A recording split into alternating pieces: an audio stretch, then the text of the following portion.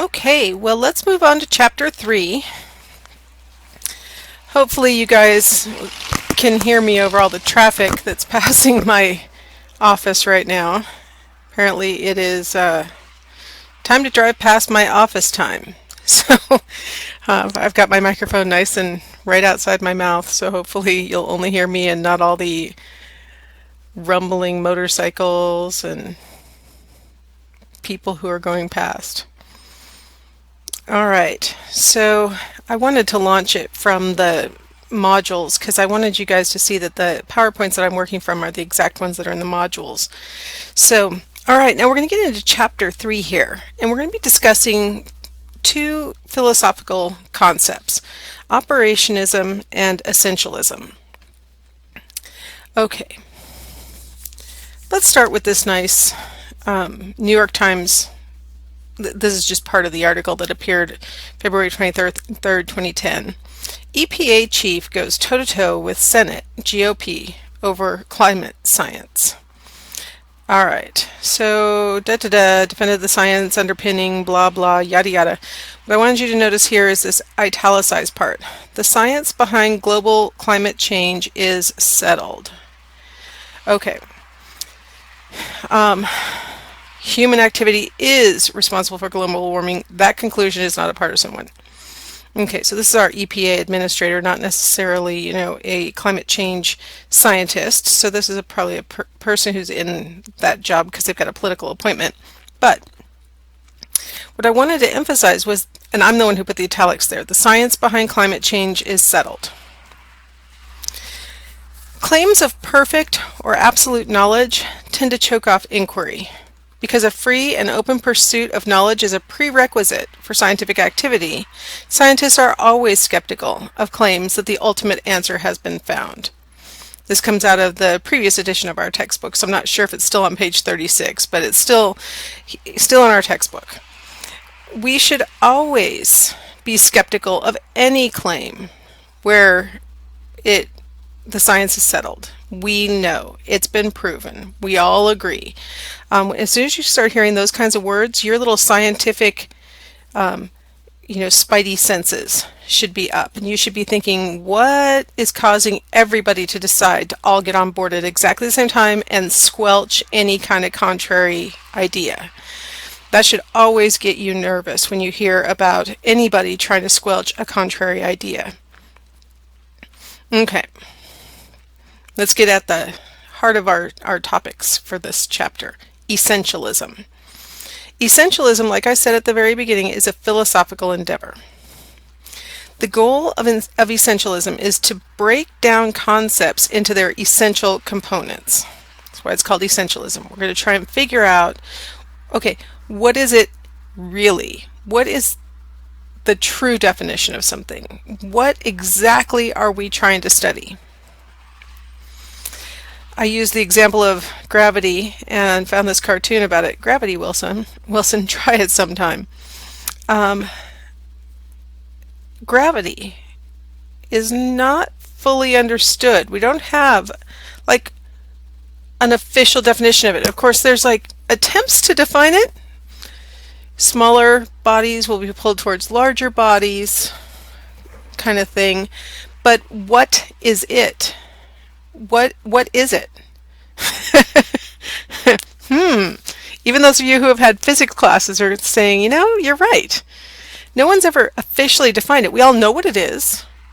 We all know what the concept of gravity is, but nobody's really been able to define exactly what the mechanism is. So, does that mean we shouldn't study pretty much anything in physics?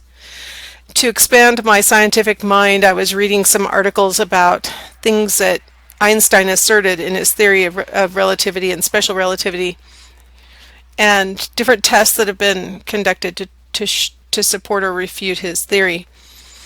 There are a lot of things that he asserted as being due to gravity.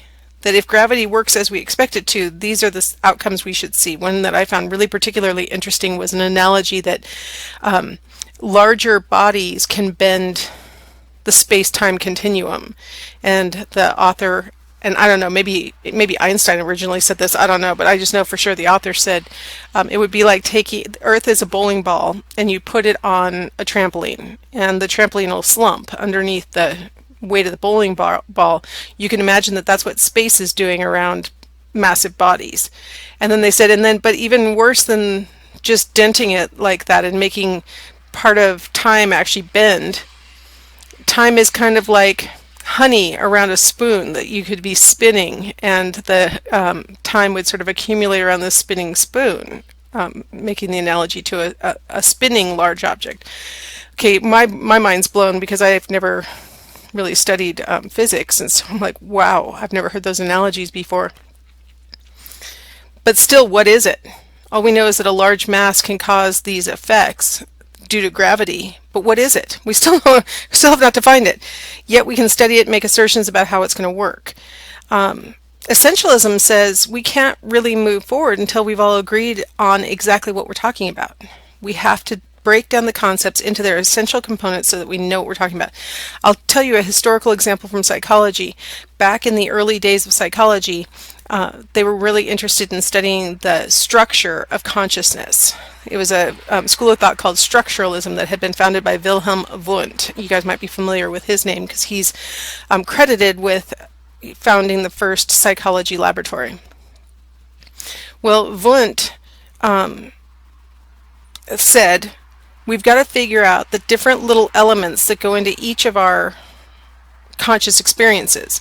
So he tried to break down pain into its little component processes, anger into its component processes, things like that. One of the things that he spent a lot of time studying was something called the phi phenomenon. I wasn't actually planning on talking about this, so let me pull up the phi phenomenon for you really quickly. I do this in class too. Free associate, let's show you something. Thanks to my recent reading of Einstein's stuff, it got me thinking about psychology stuff. Okay, so I wonder if this is going to play. You guys are seeing this stuff live. Oh, perfect. Okay, this is what we call the phi phenomenon. See how it seems like the lights are moving? And if you sort of let your eyes go out of focus and just look at the middle, the white space in the middle of the circle of blue circles, it definitely, for me, it seems like it's moving counterclockwise. I don't know if you guys are having the same sensation. Maybe I don't know whether this is one of those kinds of things. But the point is, what's really happening is not movement, but these blue circles appearing and disappearing in sequence. Wundt spent years trying to break down the phi phenomenon into its elements to try and figure out how we come to perceive movement when in fact what our senses are actually collecting is appearance and disappearance in a sequence. Spent so much time trying to figure it out by breaking it down into its elements. What ultimately solved the problem of the phi phenomenon was to stop breaking it down into its elemental parts, but instead look at it as a whole. And that's what the Gestalt psychologist did. You guys might be familiar with the phrase, the whole is greater than the sum of its parts. The Gestalt psychologist said sometimes you cannot break things down into the elements that make the thing up without losing a substantial portion of the meaning, of the inherent itness of the thing that you're trying to study. So the phi phenomenon is a great example of how we in science cannot be necessarily pursuing this philosophical endeavor of essentialism. Sometimes we need to keep the concept intact in order for us to be able to study it and move forward scientifically. So let's go ahead and take a little break here. I think I've been talking for a little while, and we'll come back, and in the next section we'll talk about why essentialism doesn't really work.